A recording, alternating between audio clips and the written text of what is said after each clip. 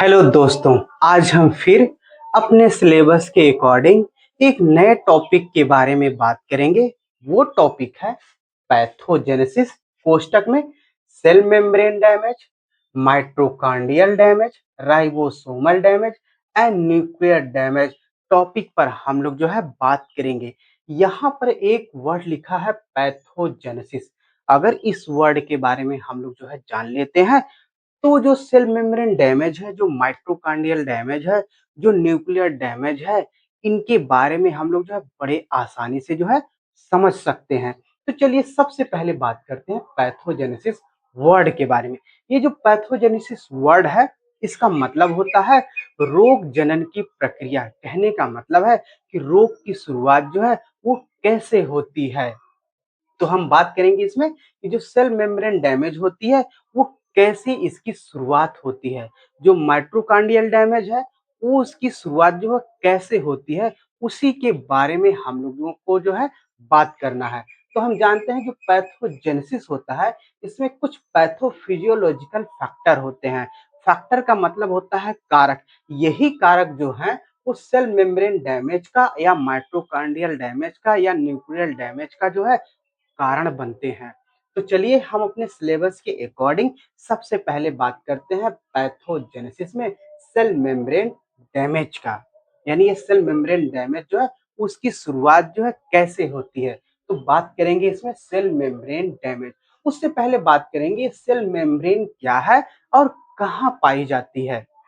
जैसा कि हम जानते हैं, ये जो सेल का जो स्ट्रक्चर है, इसी के ऊपर जो है एक लेयर पाई जाती है, उसी को हम लोग कहते हैं सेल मेम्ब्रेन या प्लाज्मा मेम्ब्रेन। इसका काम होता है सेल को सुरक्षा प्रदान करना। तो चलिए बात करते हैं सेल मेम्ब्रेन डैमेज। यानी कि सेल मेम्ब्रेन डैमेज जो है उसकी शुरुआत कैसे होती है, उसके बारे में बात करेंगे। Cell membrane damage also known as plasma membrane damage. Cell membrane damage को हम लोग जो है प्लाज्मा मेम्ब्रेन डैमेज के नाम से भी जानते हैं। Is a critical biological event. यह एक गंभीर जैविक घटना है वेयर जहां the protective out layer of a cell, एक सेल की जो बाहरी जो सुरक्षा लेयर होती है, ब्रिज, टूट जाती है। Many biochemical mechanism damage the cell membrane.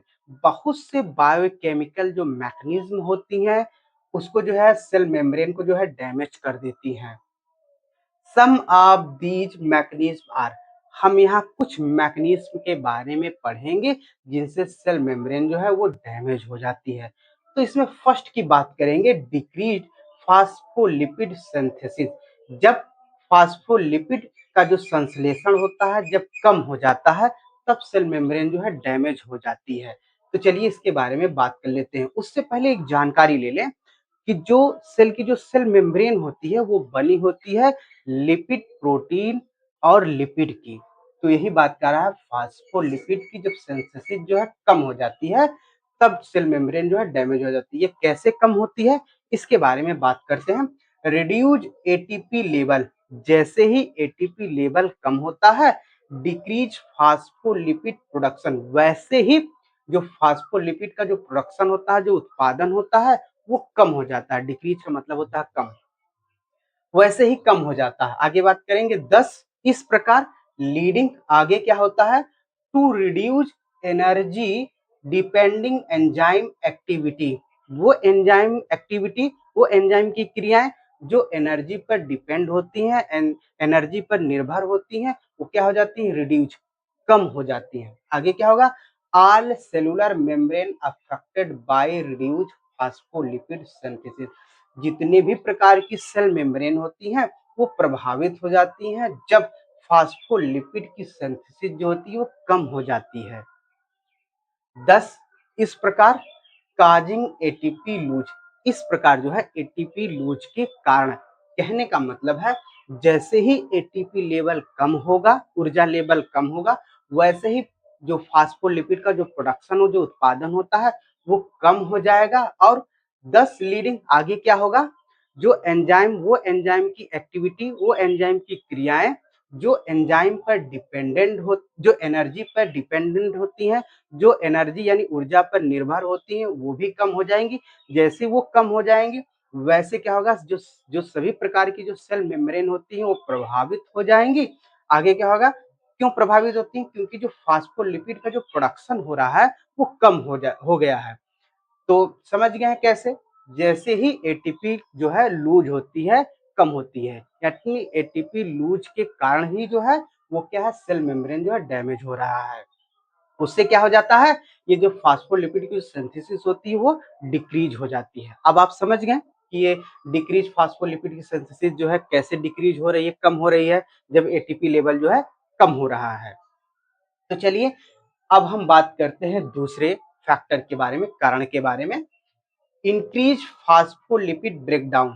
जब फास्फोलिपिड का जो ब्रेकडाउन होता है वो बढ़ जाए, ब्रेकडाउन का मतलब होता है टूटना। जब फास्फोलिपिड जो है ज्यादा मात्रा में तेजी से टूटने लगता है तब सेल मेम्ब्रेन जो है डैमेज हो जाती है। ये कैसे होता है इसके बारे में बात करते हैं। सेल इंजरी में also result due to, cell injury के परिणाम स्वरूप के कारण, कहने का मतलब है, बड़े टफ लाइन है, थोड़ी सी याद ध्यान दीजिएगा। जैसे ही सेल इंजरी होती है उसके परिणाम स्वरूप के कारण increase degradation of membrane phospholipid, यानी कि सेल के मेम्ब्रेन में जो फास्फोलिपिड पाया जाता है उसका डिग्रेडेशन यानी कि वो नष्ट होने लगती है तेजी के साथ। इंक्रीज मतलब होता है बहुत तेजी के साथ, यानी कि सेल के मेम्ब्रेन में जो फास्फोलिपिड पाई जाती है वो तेजी के साथ जो है क्या है, वो टूटने लगती है, नष्ट होने लगती है। आगे क्या होगा, इट में ड्यू टू, इसके कारण हो सकता है, किसके कारण, ये जो डिग्रेडेशन हो रहा है फास्फोलिपिड का बहुत तेजी से, इट में ड्यू टू, इसके कारण हो सकता है to activation of endogenous phospholipase by increase level of cytosolic calcium.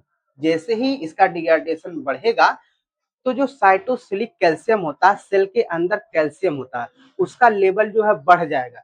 जैसे ही इसका लेवल बढ़ेगा ये क्या करेगा, जो इंडोजिनस फास्फोलाइपेज एंजाइम होती है उसकी उसको जो है एक्टिवेशन माने उसको सक्रिय कर देता है।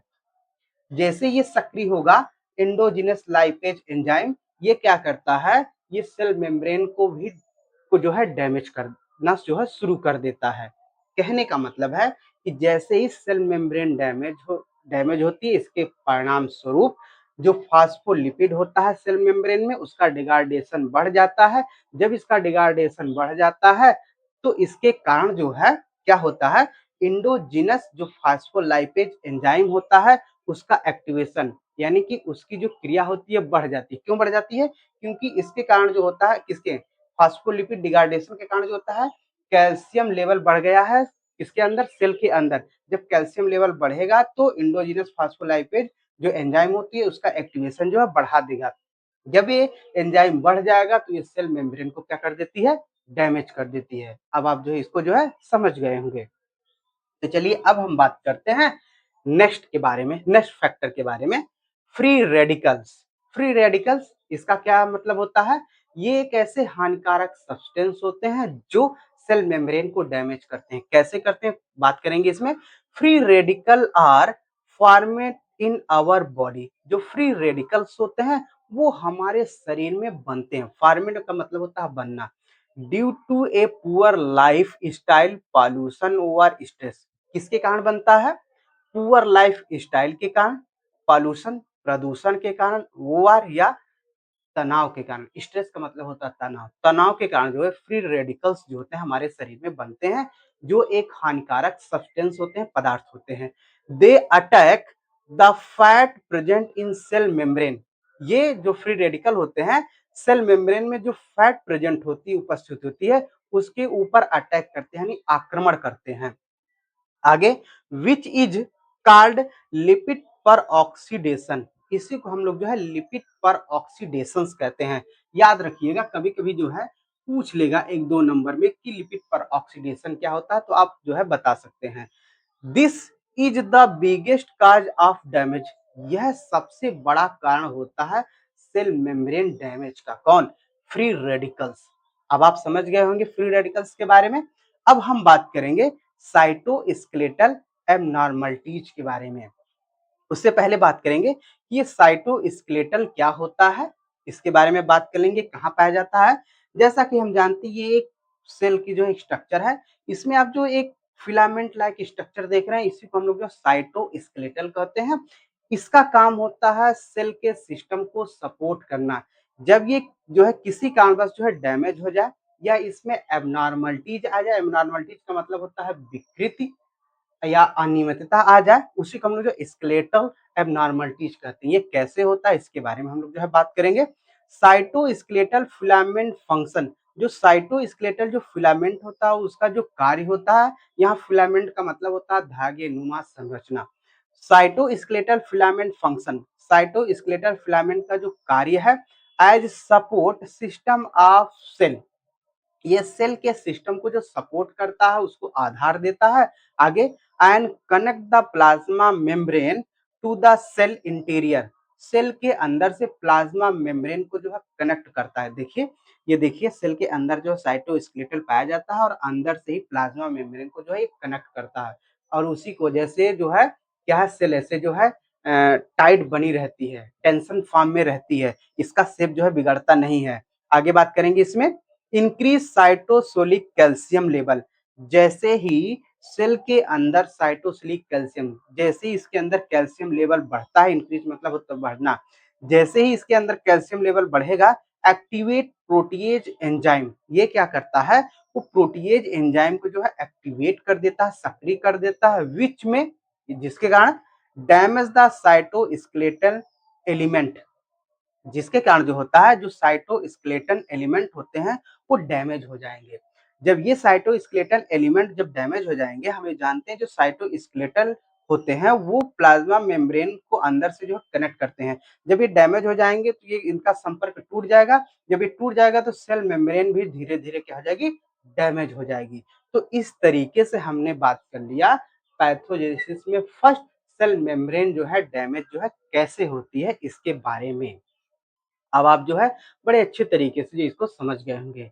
अगर हमारा प्रयास आपको समझाने में सफल रहा तो प्लीज हमारे चैनल को सब्सक्राइब करना ना भूलें। इसके साथ साथ एक लाइक और कमेंट जरूर करिएगा। धन्यवाद।